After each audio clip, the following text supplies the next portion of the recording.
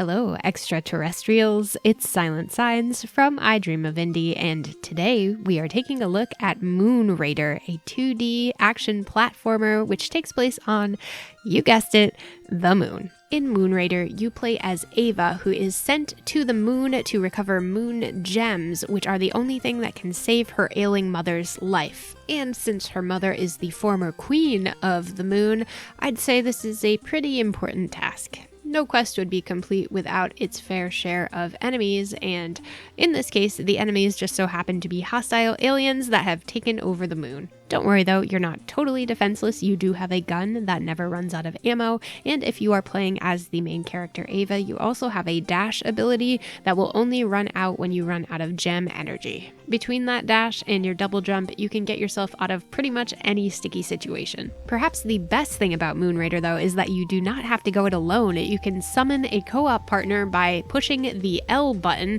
and you have to kind of hold it down for an uncomfortably long time, but I promise this does work as long as you have at least 10% of your gem energy available. Unfortunately, your co-op partner does not get the super awesome dash ability that can pretty much get you out of anything, and instead gets a double jump that's more like a flight where you can keep hitting double jump forever, and it makes a super annoying buzzing sound to go along with it. So there's that. If you're playing as Ava, who is the default, and who you'd be playing as if you were playing this solo, you have two statistics to keep track of. You have your health level and you have your gem energy level. Probably goes without saying, but I'll say it anyway. You can live without gem energy, you cannot live without health. However, if you run out of your gem energy, you will not be able to dash and you will not be able to summon a co-op partner if you need to. That's okay though, because gems are literally everywhere. There are gems in everything you destroy, every enemy you kill,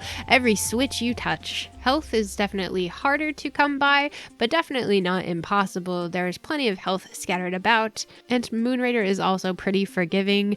If you happen to die, you just return to the beginning of the area you've most recently entered. Something important to note is that if the co-op character dies, Ava can continue on, but if Ava dies, then the co-op character dies as well. So even if they have full health, they can't continue without her. Another important thing to note on the Switch version of this game, if you are playing co-op, is that if the co-op character dies and both controllers are still active, both controllers are going to be able to control Ava, which is fine if you know it's coming, but unfortunately, sometimes you don't even realize that your co-op character has died, and then you're still just trying to push and continue on in the level, and then you accidentally kill Ava as well. So that's not the best. Other than these kind of weird oddities, though, I really appreciated having the co-op option. I love playing a game like this with a friend or a loved one.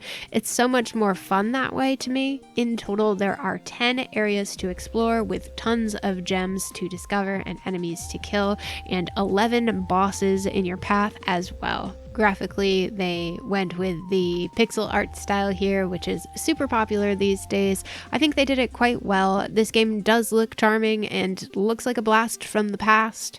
Nothing about Moon Raider looks like something that you haven't already seen. The gameplay is kind of similar to Mega Man. There's little aliens that you have to set free that remind me of Rayman. There's gems to collect, like any number of games of this genre. But at the end of the day, Moon Raider isn't offensive to look at by any means. There's a good variety to the environments as well as the enemies.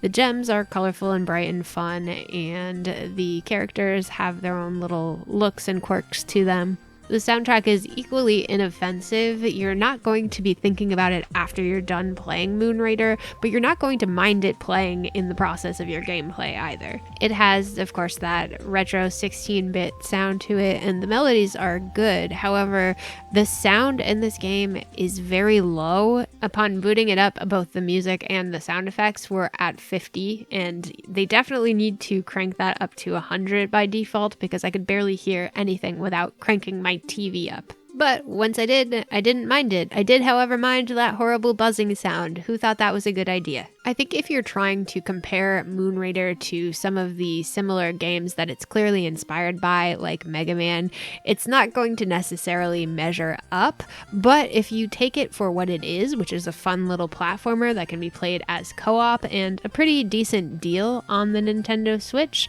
I think that there's some value here. The co-op is decently integrated and it does work just fine in handheld as well. If you set your expectations reasonably, I think you can have some fun with Moon Raider, especially if you're playing with a friend, as I mentioned before.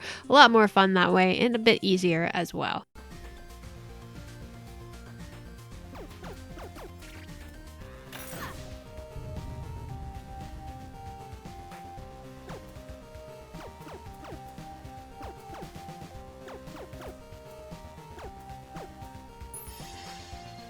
So will you be landing on the moon? Let me know in the comments down below. Before I go, I just want to thank our indie warriors, Mitchell Hall, Kevalo, Bunny, Bill Tikaz, Christian Cruz, Strick9, Rosie Syntax, Chris Jackson, Nathan Moore, Peach, Adriana Amato, CJR, Jesse, Falco Lombardi, and Wesley Williams Semple. Thank you all so much for your support and thank you for watching this video. If you haven't already, don't forget to subscribe down below and check out the description box for links to our Discord, our memberships if you'd like to become an indie warrior, as well as our merchandise and a bunch of other ways to interact with us and support the channel. Thank you again for watching, and I'll see you next time.